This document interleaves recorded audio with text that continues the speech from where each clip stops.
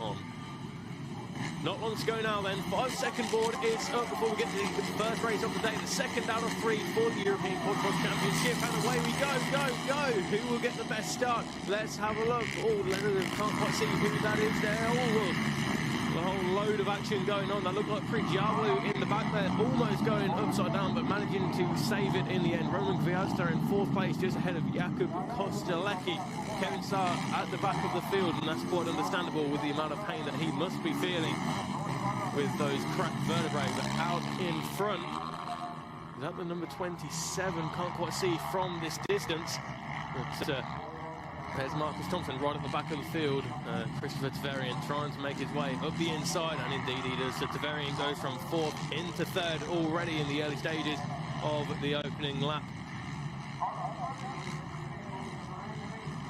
Fantastic stuff then already. It's Christopher Tavarian with that 148 in the warm-up, looking to make his way up into the top positions, but again a little bit bogged down on the inside there. Such deep ruts already.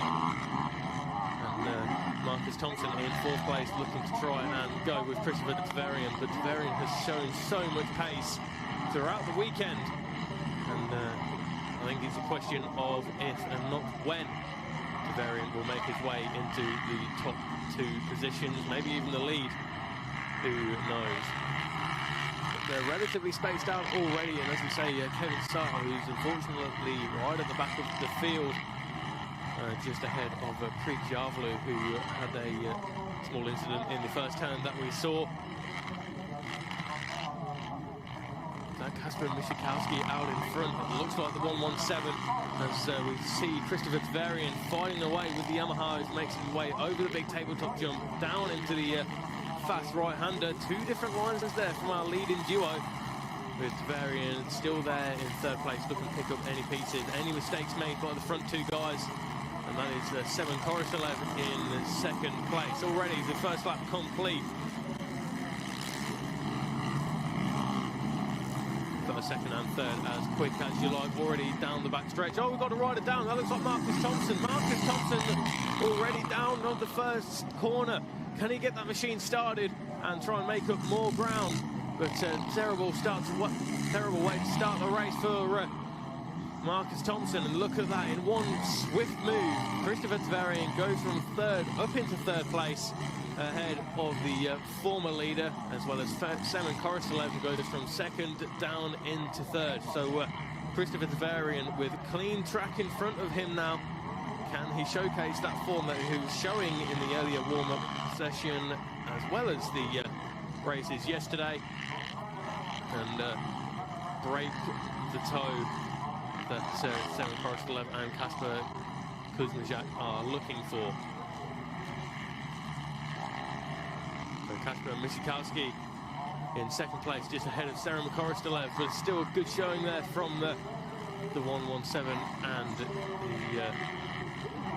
721 of Semen Korostelev. As I said yesterday, there was a lot of rain throughout the night from Friday going into Saturday, and a small shower on Saturday afternoon as well, but no such weather this time around as we watch Kasper Michikowski navigate those big double jumps into the right-hander. There was a whole lot of standing water there yesterday, but here we have a look at Christopher Tavarian, and they did not have an answer. Semen Korostelev looks to his left and sees Christopher Tavarian there with a whole load of pace. There is Kasper Michikowski, and he can't quite believe what is happening there as Christopher Tavarian slides his way up into 1st place and takes up the run-in in the early parts of this race. There is Sander Lakiza just making his way through the picture, as is Carl Giuseppe Steinberg, and Faluja just making his way inside the top 10 as well. Kevin Saar in 11th place, so some damage limitation from the 311 of Kevin Saar as we look at Michikowski defending his 2nd place position from Korostelev. But Korostelev trying everything he can to try and find a way around the 117 of Michikowski. What the riders were saying yesterday, it's very much one line, but with the Terrain a little bit different. Look at the speed that Korostelev can carry around the outside, but Michikowski defends the line well and holds on to second place still. But what can Korostelev do? Does he go to the outside again? Indeed he does. Much more corner speed, and he can use that camber and carry more speed down the straight, over the jumps, and into this difficult right-hand jump section. Pavel Kashov in 14th place now, the number 88 Bulgarian rider. He's not had some good luck this weekend, unfortunately, but still some good points there in 14th. And we look at Korostelev still hounding the second place position of Kasper Michikowski on the 117. And already a little bit of steam or smoke coming from the right-hand side of Semen Korostelev's machine. Hopefully there is nothing to worry about, but both riders now opting to go for the quicker outside line, or faster outside line. Whether it's quicker or not, it certainly doesn't seem as though that is the case. But completing the next lap, and Tavarian already with an 11.2 second advantage over Kasper Michikowski, with Semen Korostelev a further second behind Michikowski. Kuzmichak, as I say, he's showing some good pace all through the weekend, but unfortunately that rear right tyre came away from the rim in yesterday's race, and he managed to salvage some points.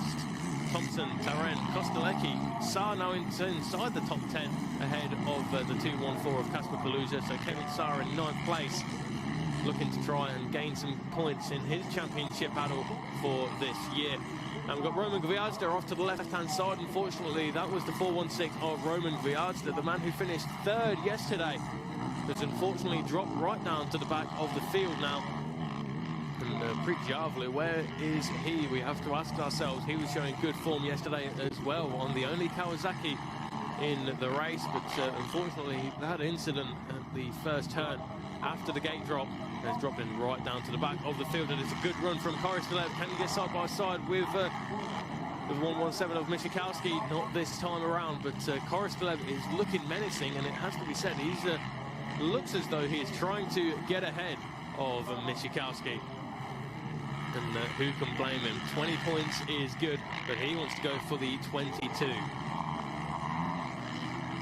Semen Korostelev on the 721, almost sideways around that left-hander, but you can really see how deep the roots are, and especially from that camera angle, it gives a good impression of how much speed these guys are carrying around the corners, and not only that, but also on the straights as well. Michikowski to the outside, as does Korostelev. We can see to the left-hand side there, that was Christopher Tavarian just going out of picture and already across the line. The gap last time was 11.2, and now it's 13.6. Such is the pace, and we've got a hand up from Semen Korostelev. Korostelev out of 3rd place into the pits now. I don't believe it. Semen Korostelev, who was having such a good ride in 3rd place. It looks as though that machine has cried enough, and that is the end of the race for Semen Korostelev. So unfortunate. That would have been some good solid points for the 721 rider, but unfortunately this happens in racing, and the machine has said enough.